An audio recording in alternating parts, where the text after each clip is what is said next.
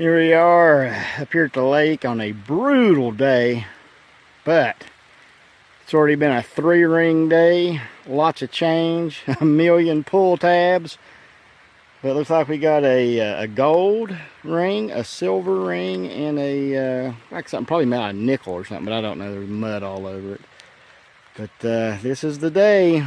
But anyway, it's a great day when you're finding rings. But I don't think anybody's really hunted this this swimming hole very much. Anyway, back at you.